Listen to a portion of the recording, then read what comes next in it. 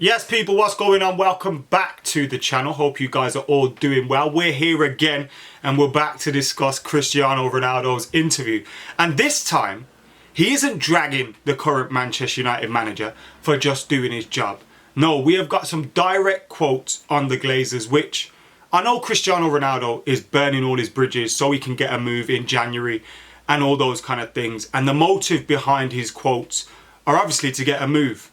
But to hear him chuck the Glazers under the bus means there are some positives at the very least to come from this interview. Now, we'll get stuck into those quotes shortly. And of course, I want you lot to get your thoughts in the comments below. Make sure you're hitting that subscribe button as well. We want to hit 150k ASAP. We've had loads of new subscribers over the last couple of days. So thank you very much for joining us here on the channel. And of course, all my old subscribers and all my regulars, thank you very much for always being a part of the channel. But as I said, he is now, well, it's the same interview, but quotes are being released slowly. The full interview is released later on in the week. We've reacted to his quotes on Erik ten Hag. I don't believe he's right in that regard. I don't believe Erik ten Hag has disrespected him. And I believe this interview comes about because Cristiano Ronaldo is no longer the player he once was. And he's struggling maybe to adapt to that. He's struggling to no longer being the main man. And I kind of understand. I'm disappointed with it, but I kind of understand it. You know, it must be very difficult for him mentally to adjust to that, especially when you're an elite athlete. It's like every boxer thinks they're the greatest, you know what I mean?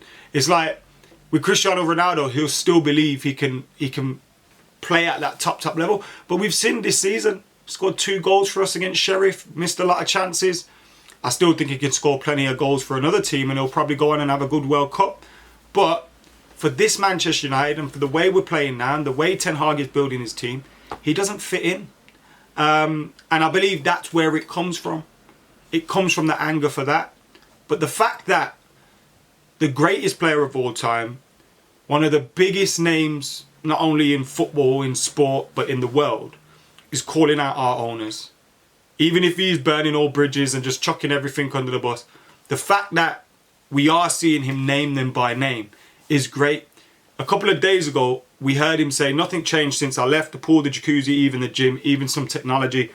The chefs who I appreciate, look, like, chefs can remain the same and still change what they do, by the way. I thought I would see new technology infrastructure. I saw things I saw when I was 20. And we've heard that a lot, haven't we? Obviously, Erik ten Hag came in and got a lot of changes done to the team. And I believe there were refurbishments made on his watch.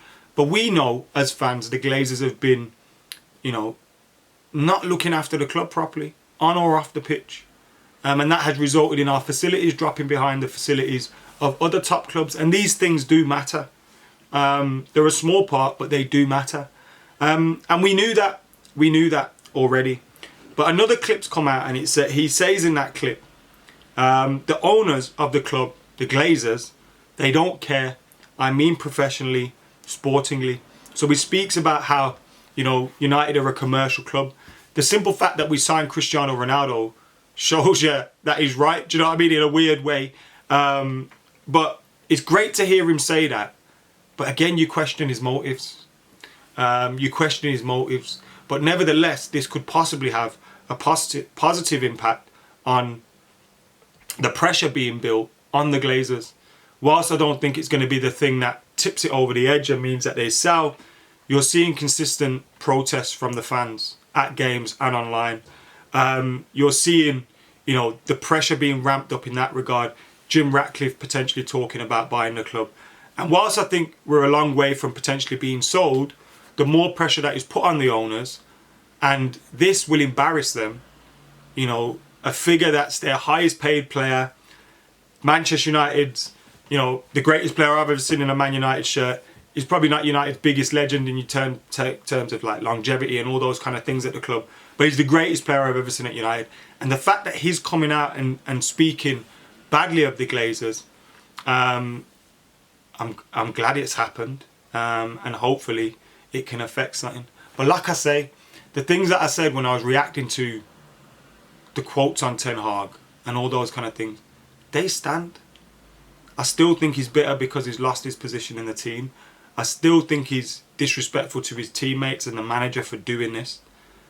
He could have done an interview where he just criticised the owners, the Glazers, saying he was brought here under false pretences, we were going to challenge the facilities, this, that. Could have just done that. But he hasn't. He's chose to also throw the manager under the bus. And you have to question his motives. His motives here are for a move away from Man United. And I would assume that he has played his last game for United. You know, you don't get to come out and criticise the manager like that. Unfairly as well. It's not like he's got a point here. If he had a point, maybe you go, oh, they can, you know, rehabilitate, you know, they can reconcile and they can make up.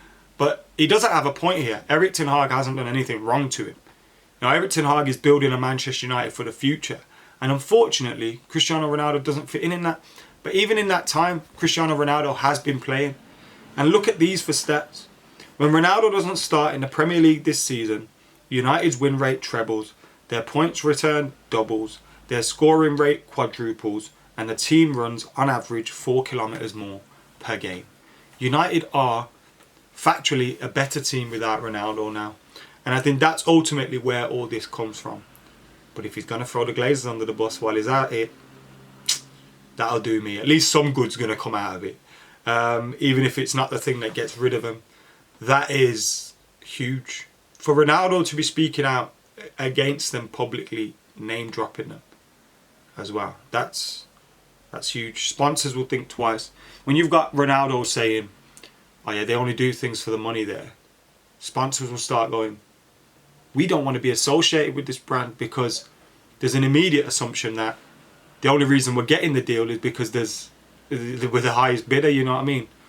And that can affect potential sponsorships and stuff. United will still obviously get some, but what I mean is there's an impact there, especially if Cristiano Ronaldo's speaking. So at least some good come out of this mess, innit? But overall, Ronaldo doing an interview with Piers Morgan and the Sun.